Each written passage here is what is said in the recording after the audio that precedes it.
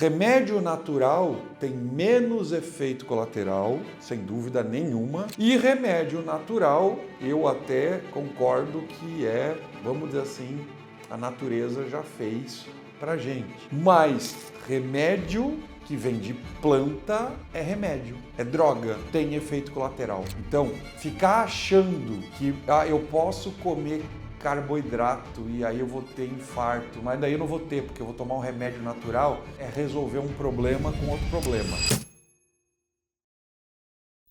Vamos lá então, gente. Vamos falar um pouquinho da saúde do coração e saúde vascular, né, que está diretamente relacionada, tá? Ou seja, coração, artérias e veias, é tudo uma coisa só. E tem muita coisa para a gente aprender sobre isso.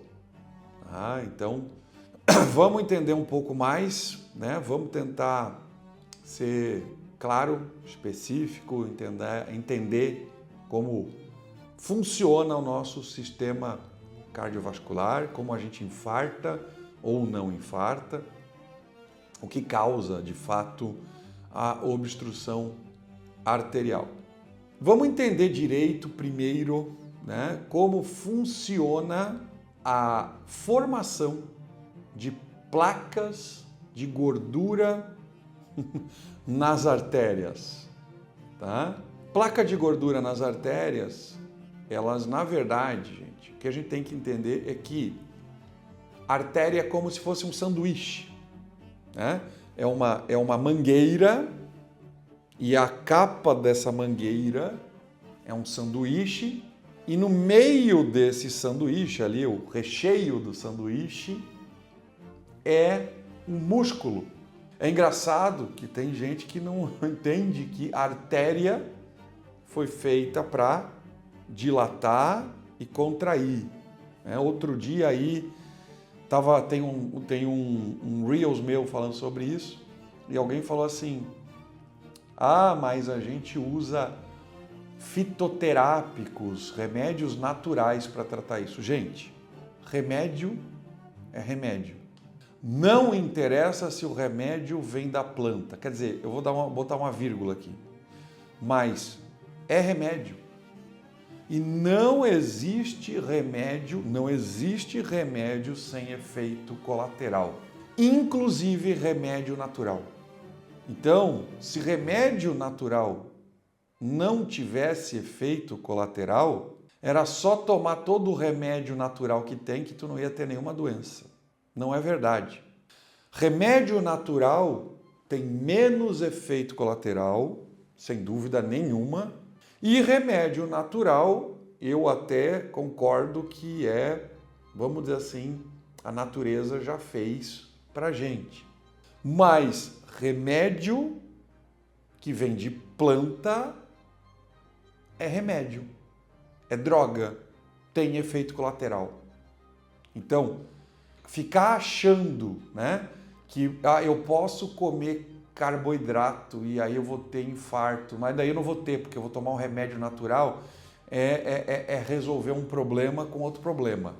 Não quer ter problema? Vamos entender como funciona a saúde cardiovascular e vamos se manter saudáveis.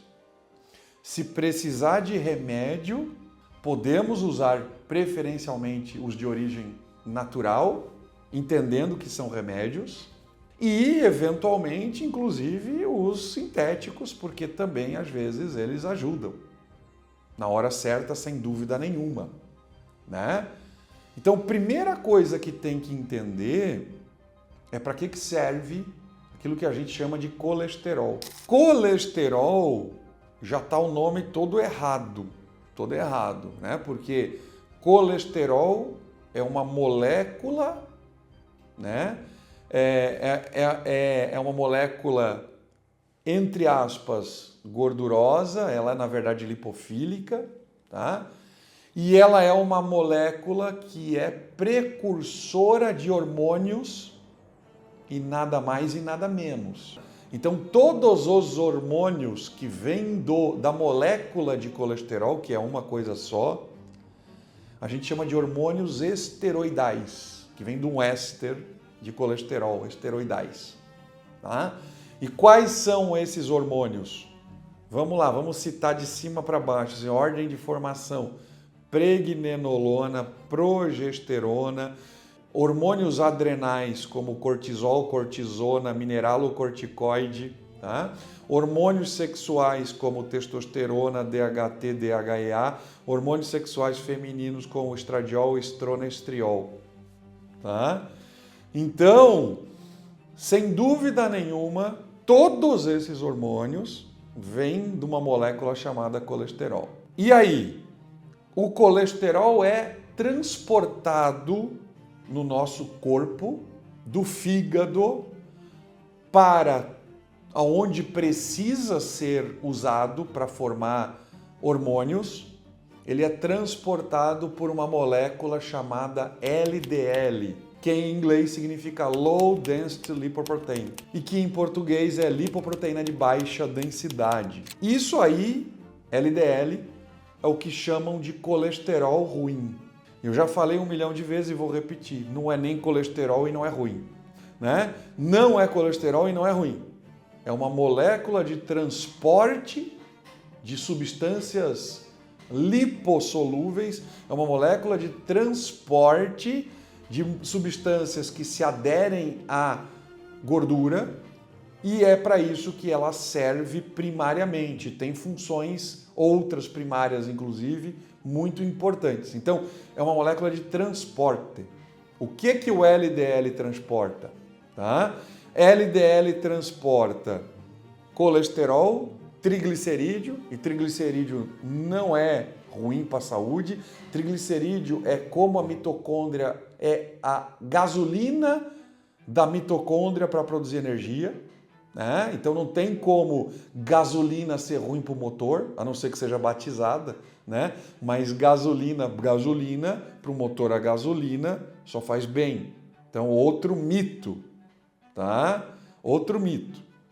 A LDL transporta triglicerídeo, colesterol, vitamina A, vitamina D, vitamina E, vitamina K, vitamina K2, coenzima Q10, tá? Ou seja, é um transportador, não é a porcaria de um colesterol, santo Deus, né? Como se fala mercadoria nesse momento da saúde, da medicina tão dark, tão sombroso, tão tenebroso, né? Então não tem como LDL ser colesterol ruim. Agora, ele tem uma outra função, o LDL, primária também, ou seja, tem duas funções primárias, tem outras funções, mas duas mega funções. O LDL é a primeira molécula da sequência de defesa imunológica do corpo humano. O LDL foi criado para se ligar a substâncias perigosas e sinalizar que a gente pode ficar doente por causa daquela substância. Ou seja, quando eu tenho um vírus, uma bactéria entrando no meu corpo, o LDL se oxida, a gente fala esse termo técnico, né? O LDL se oxida e quando ele está oxidado, ele tem a capacidade de se ligar a alguma coisa e o LDL vai lá, gente, pega a bactéria e se liga na bactéria. Quando o LDL oxidado se liga na bactéria, ele vai sinalizar para o nosso sistema imunológico que tem uma bactéria, que tem um bicho, um negócio que não é bom para a gente ali. E aí vai lá o macrófago e o macrófago só consegue, o macrófago é o nosso soldado principal do nosso sistema de defesa. E o macrófago só consegue atacar quem está sinalizado por LDL. Me explica como isso é ruim. Me explica. Vai lá, tenta. Então o LDL procura, ou aliás, o macrófago procura LDL oxidado, ele tem essa capacidade, e aí ele enxerga e vê, opa, o LDL oxidado está lá, eu sei que eu tenho que atacar o bicho que está com ele, porque o bicho é ruim. E aí o macrófago vai lá e engloba. E aí a partir daí a gente sim tem o resto da sinalização imunológica para atacar todo tipo de bicho parecido com aquele, igual aquele, melhor dizendo, né? Então LDL esse é o mecanismo imunológico do LDL. Imaginem não ter LDL e ter um vírus no teu corpo e ter uma bactéria no teu corpo, né? Ou seja, a gente está criando graves iatrogenias quando a gente baixa LDL. Graves. Não tem como, gente. Não tem como. E aí, tudo bem. O que acontece em relação à doença, a placa de ateroma, a doença aterosclerótica, o entupimento de artéria e o LDL? A artéria, esse sanduíche que eu falei para vocês, quando a artéria, que é um sanduíche, né, que tem a capa interna, o miolo, a capa externa, esse meio, esse miolo, esse sanduíche, que é o músculo, que é o responsável pela função arterial, quando esse músculo arterial está doente, e como que ele fica doente? Ele fica doente por inflamação causada por glicose. Ou seja, a causa número um de doença arterial se chama glicose, que vem da onde? Carboidrato, né? Então, quando eu tenho um nível de glicose acima de 90, nível médio, ou seja, como é que eu sei nível médio de glicose? Hemoglobina glicada. Se eu tenho uma hemoglobina glicada acima de 5, eu tenho lesão arterial. E isso não é considerado diabetes na medicina. E aí eu digo, todo mundo que infarta é porque tem diabetes. Aí todo mundo que infartou diz, não, eu não tenho. Tem. Só não é considerado diabetes pela medicina convencional. Por quê? Porque o conceito de diabetes pela medicina convencional é uma glicose acima de 126. E a pessoa não tem. Glicose de jejum, né? Só que, por outro lado, está mais comprovado, né? Um estudo gigantesco científico com 46, se eu não me engano, 46 ou 50 mil pessoas, mostrou que níveis de glicose acima de 90 geram lesão arterial, que é o conceito do diabetes. Então, se isso não é diabetes, eu não sei o que é. Mas não pode chamar, né? Porque não permitem. Ridículo, tá? Então, quem tem uma glicose média acima de 90, em torno de 90, que é uma hemoglobina glicada de 5, está fazendo lesão arterial. E é o que acontece? Esse músculo fica tão inflamado, o músculo da artéria, que o LDL vai lá e gruda, porque o músculo está morrendo. E o músculo morrendo, ele necrosa. E aí o LDL gruda lá para sinalizar para o corpo humano que tem um problema lá. E aí o que vai para lá? Vai o macrófago. O macrófago é uma célula grande. E aí quando o macrófago vai tentar comer esse músculo inflamado, a glicose gera uma inflamação tão grande nesse músculo, mas tão grande, que mata o macrófago por intoxicação. E aí o macrófago é que causa volume e vai empurrando a parede da artéria para dentro. E quanto mais macrófago morre, mais empurra. É isso que a gente chama de placa de ateroma e é isso que vai entupir a artéria. Então quem entope a artéria? Macrófago. Só que não tem remédio para baixar macrófago, até porque se tivesse, matava bem rápido, porque o macrófago é extremamente importante para o nosso sistema imunológico. E o LDL também só que o LDL dá sinais mais lentos, então a pessoa vai morrendo mais devagar. Então dá para inventar remédio para baixar LDL, né? Não dá para inventar remédio para baixar macrófago, né? E aí, claro, faz um corte numa artéria de quem infartou, faz um corte, né? Pós-mortem, depois de morrer, vai lá e aí tá cheio de LDL lá dentro. E tá? Porque o LDL foi para lá para marcar problema. E aí vem o mito de que LDL é o causador de infarto, né? É ridículo, eu não consigo me conformar com essa balelada, com essa mentirada, Não dá para se conformar. Se colesterol causasse infarto, oxidado, como agora, né, muita gente sabe disso, os cardiologistas que estão mal informados receberam essa informação, LDL oxidado é que causa infarto, não é o LDL normal, é o oxidado. Não, não é, também não é, né? Se LDL causasse infarto, baixar LDL resolveria o infarto.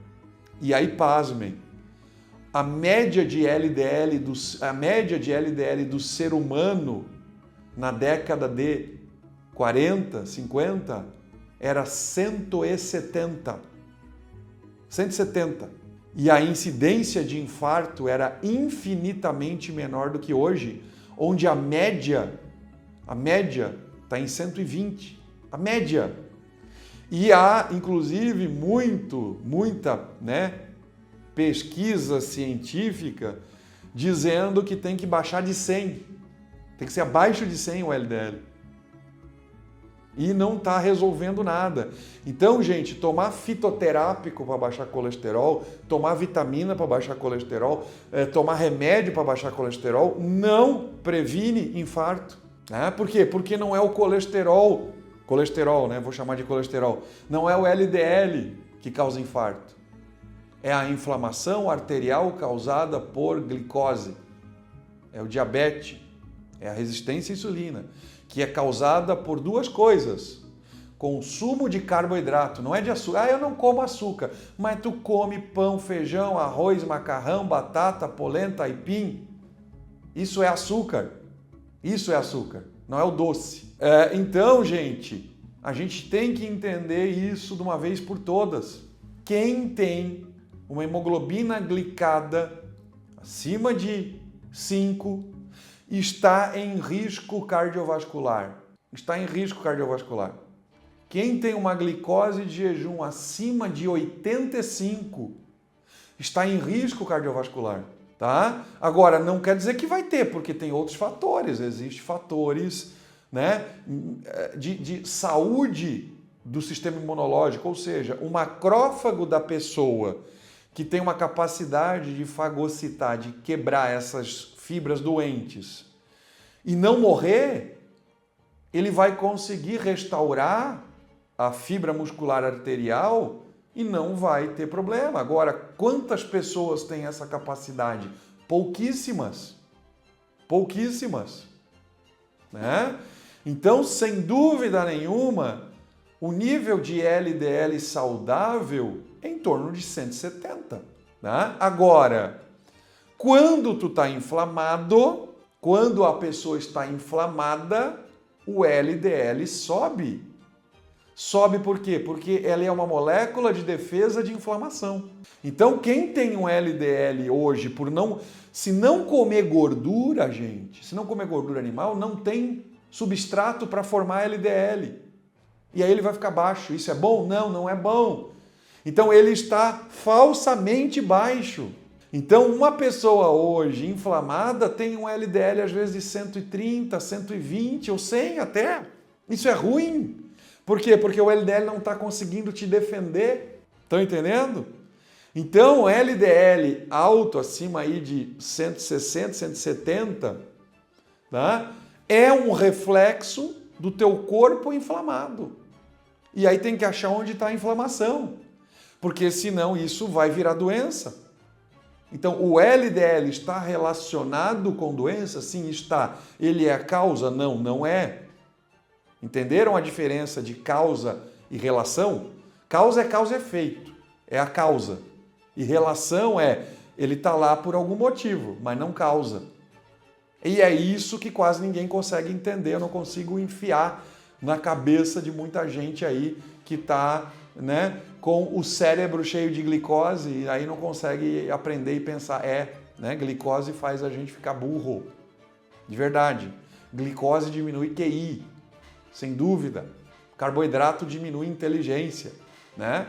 E aí a gente não consegue entender, tá? Triglicerídeo não tem nada a ver com infarto, nada. Eu falei alguma coisa de triglicerídeo aqui? Não. Mas o triglicerídeo é transportado pelo LDL, né? Então o triglicerídeo, está sobrando muitas vezes por vários problemas inflamatórios, né? Principalmente por lesão mitocondrial, e lesão mitocondrial leva à doença arterial, e aí o triglicerídeo aumenta. Então, o triglicerídeo saudável é em torno de 70.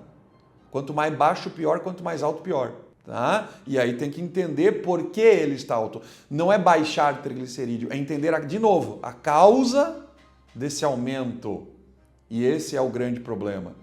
O ser humano aprendeu com a medicina criada pela indústria farmacêutica que quando tu tem uma molécula que sinaliza problema, tu baixa ela.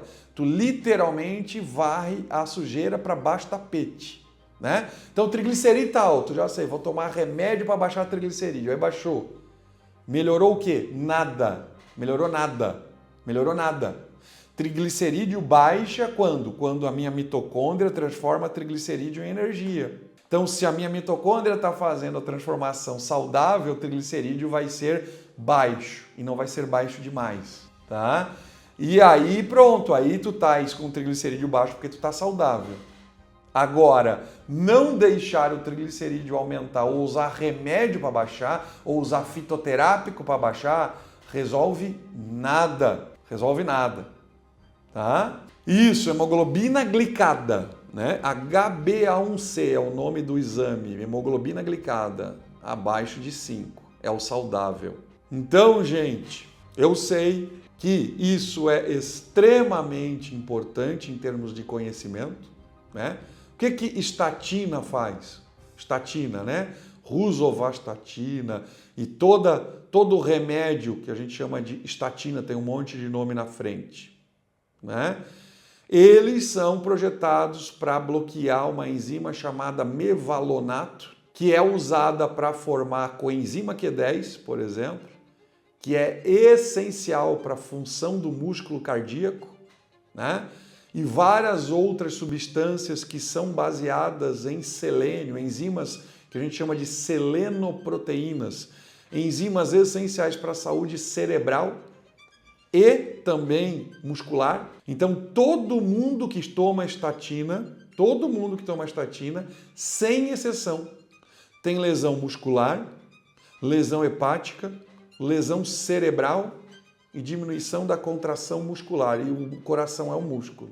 Então, há muitas controvérsias de quanto que a estatina pode prevenir um infarto, e a maior parte dos estudos feitos com honestidade não provam nada em favor da estatina, ou seja, estatina como prevenção de infarto, nota 0.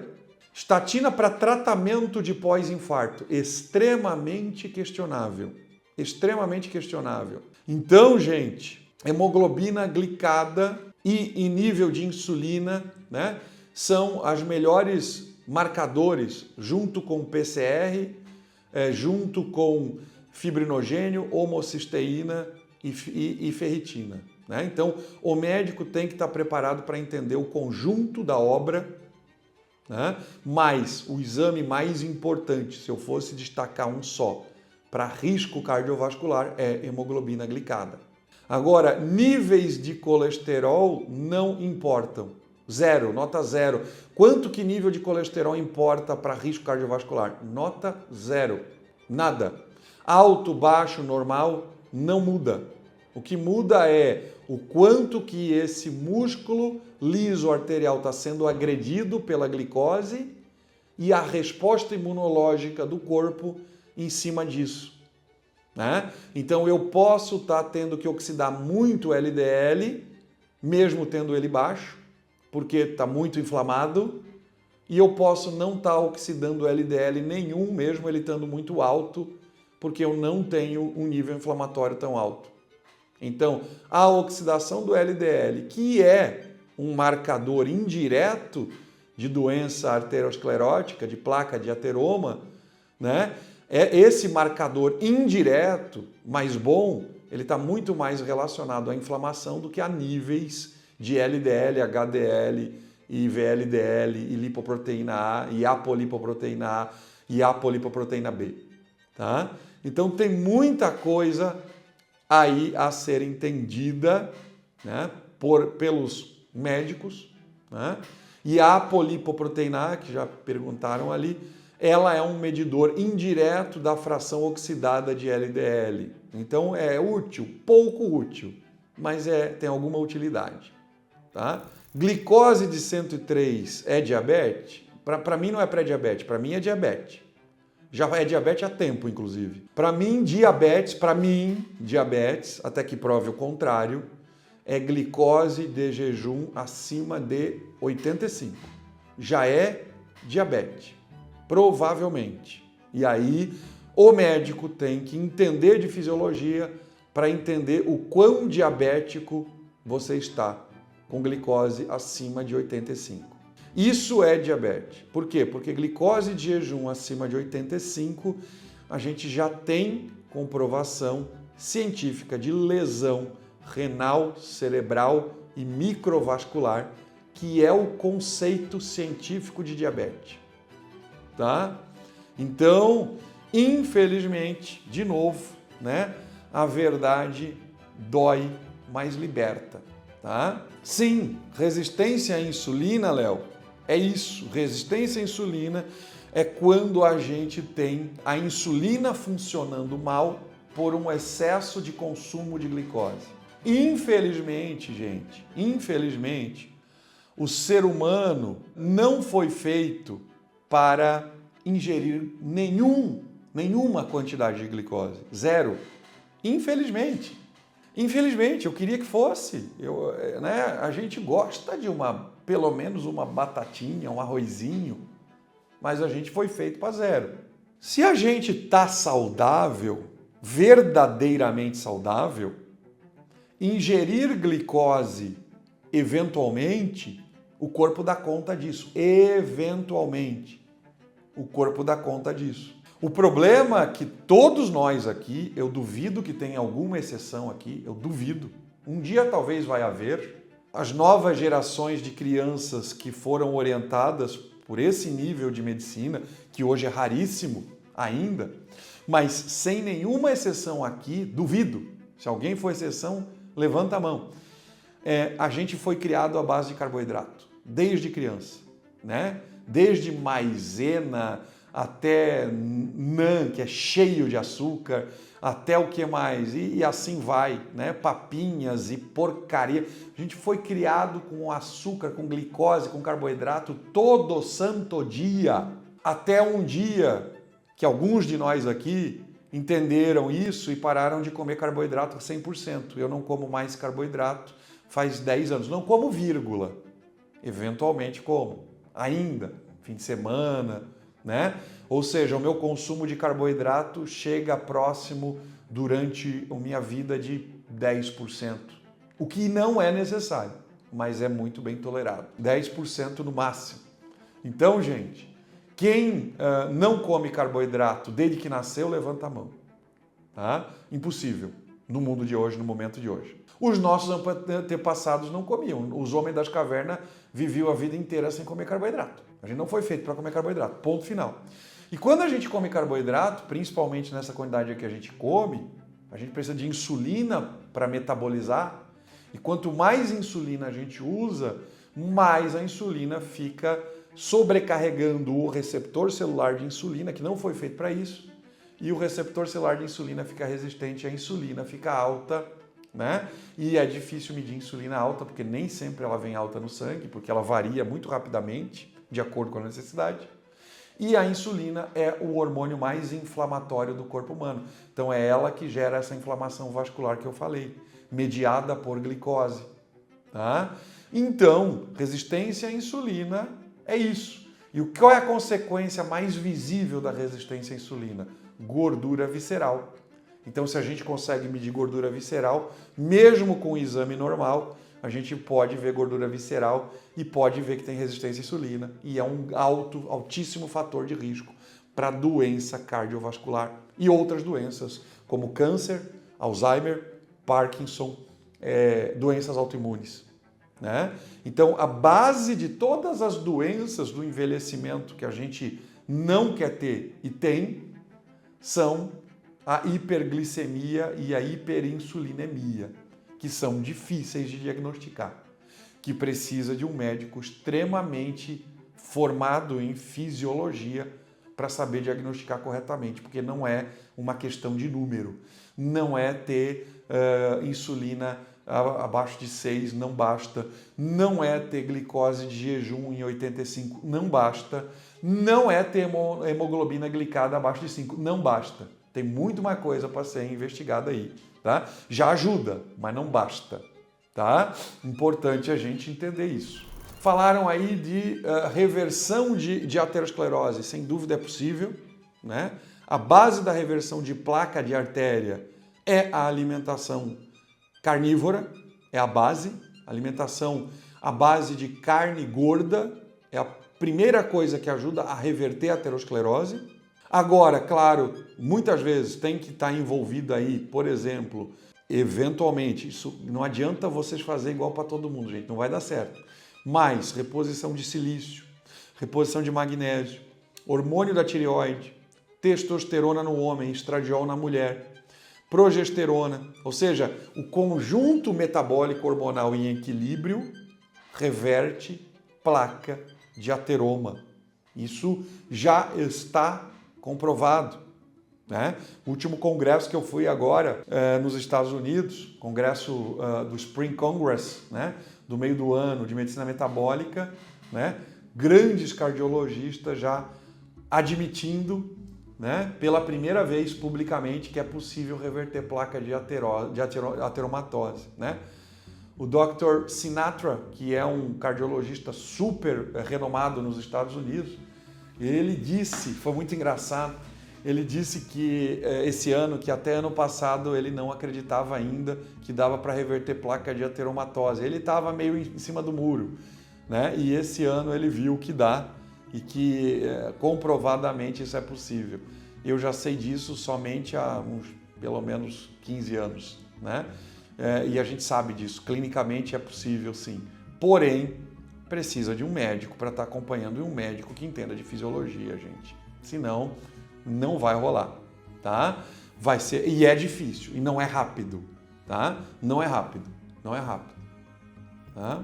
Então a população, quase todos são diabéticos, é isso mesmo, quase todo mundo é diabético hoje, sem sombra de dúvida, porque senão a gente não teria todas essas doenças do envelhecimento que são relacionadas à diabetes, que é, né, demência, Alzheimer, Parkinson, doença autoimune, degeneração, neurodegeneração, degeneração articular, degeneração cardiovascular, infarto, aterosclerose, câncer. Só dá para ter isso com diabetes.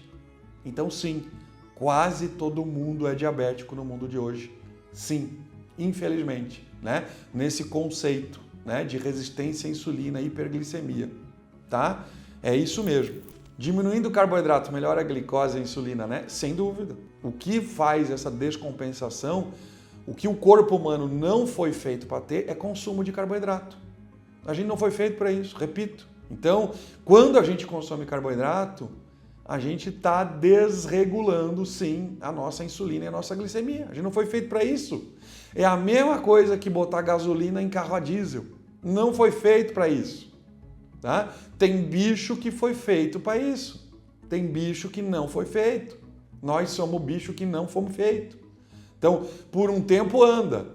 Daqui a pouco começa a bater biela, pistão, começa a fazer fumaça, né? E não sabe por quê. Tá? Então, realmente, carboidratos, principalmente cadeia curta, né? Ou seja, farinhas, farináceos, tudo quanto é tipo de farinha, sem exceção. Tem farinha ruim, horrível e pior ainda, né? Então, a ruim são as farinhas de amêndoas, por exemplo, é ruim. A pior ainda é tapioca. Tapioca é a pior farinha que existe, né? Para muita gente cair morto aí duro no chão agora, né? Pior farinha do planeta Terra, tapioca. É puro açúcar, né? O índice glicêmico da tapioca é igual ao índice glicêmico do açúcar de mesa, do açúcar do açucareiro. Tá? Em termos de glicose, é o pior farinha que tem. Tá? E aí a gente tem uma farinha talvez tão ruim ou pior, depende, que a farinha de trigo. Por quê? Porque o índice glicêmico dela é um pouco menor, mas ela tem glúten, que é tóxico também, e também aumenta a resistência à insulina. Tá?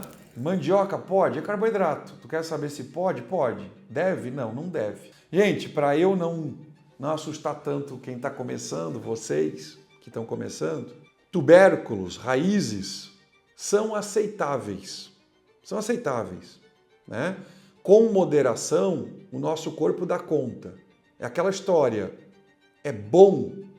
Não, não é bom. É aceitável? É aceitável.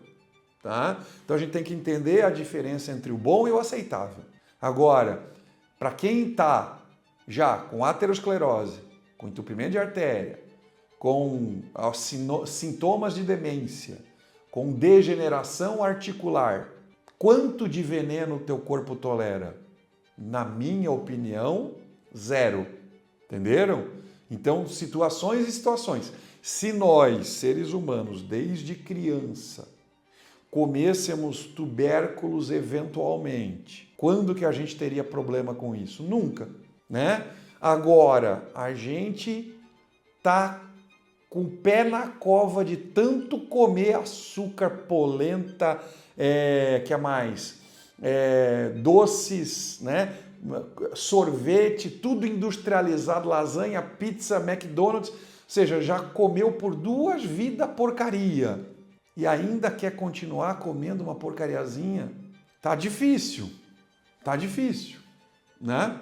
Tá difícil. A aveia é isso tudo mesmo? É isso tudo mesmo de ruim. Tá? A aveia é isso tudo? É isso tudo e mais um pouco. É horrível para a saúde. A aveia é um carboidrato de alto índice glicêmico, cheio de antinutrientes, extremamente tóxica para a saúde. Então é isso mesmo, tá? É tudo isso e mais um pouco. Doutor, melhor falar o que podemos ingerir. Eu dei a lista completa já.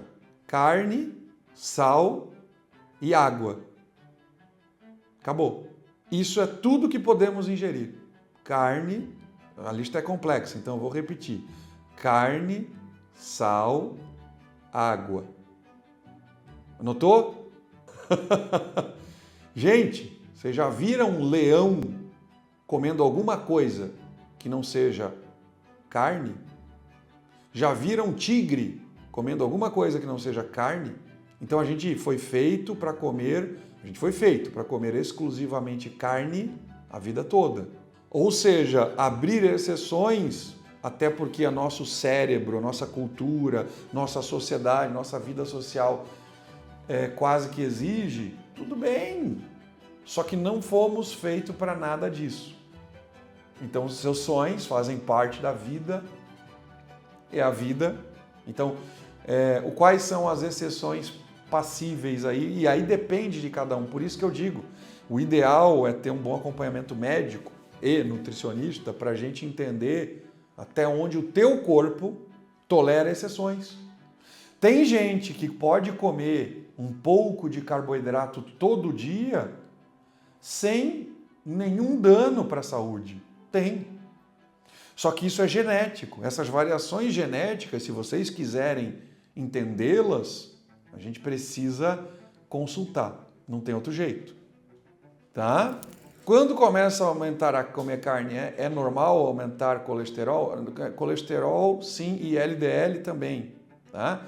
Eu já falei aqui, para a gente formar LDL, a gente precisa de gordura.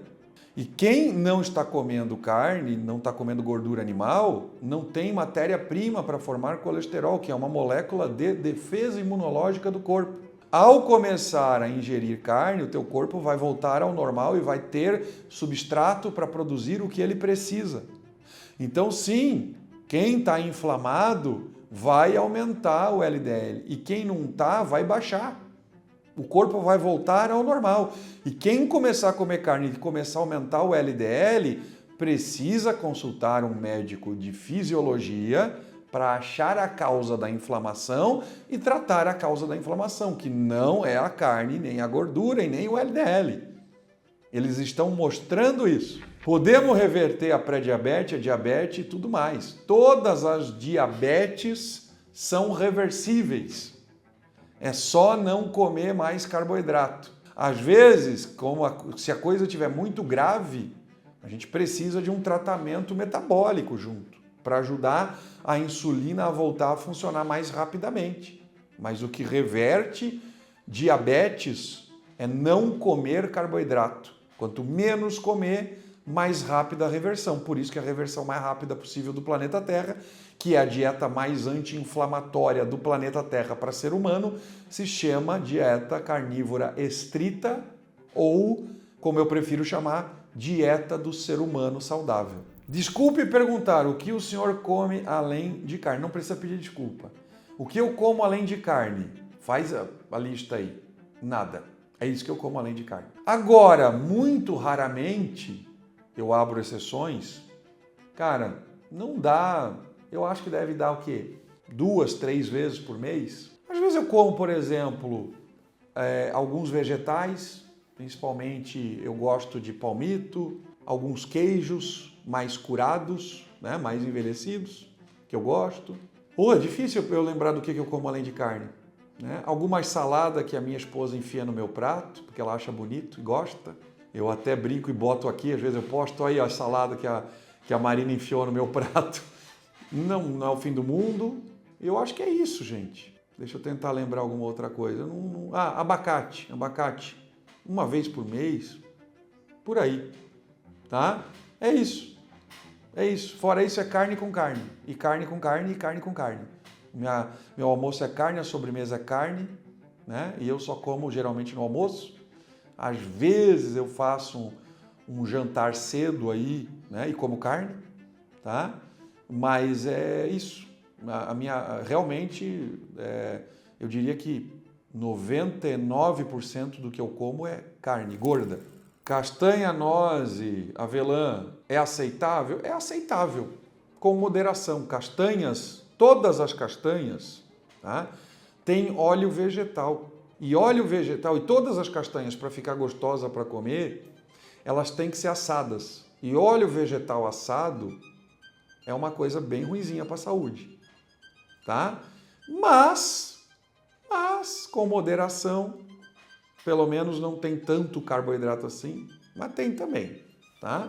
Então, farinha de linhaça, porcaria, chia, porcaria, farinha é porcaria, tá? Farinha é porcaria, não interessa qual. Agora, com moderação, eventualmente, são melhores essas farinhas de sementes do que farinhas de alto teor de amido, tá? Então, por exemplo, eventualmente eu como, até lembrei, né? Eu já postei até aqui, tem um bolinho à base de beef protein, né? Que uma parceira minha aí de eventos, de cursos faz, é a Raízes, né? Raízes Eventos é o nome. Eu acho que ela só vende para eventos, tá? Não é venda aberta, mas quem quiser segue ela aí, Raízes Eventos, é a Renata. Ela fez um bolinho de chocolate, de beef protein de chocolate, que o chocolate, para quem já me conhece, sabe que é o meu calcanhar de Aquiles, acabei de lembrar. Olha aí, ó. O cérebro até esconde, né? Olha aí, eu não lembrei disso, agora estou lembrando. O meu calcanhar de Aquiles é o chocolate, então ela faz de beef protein de chocolate, tá?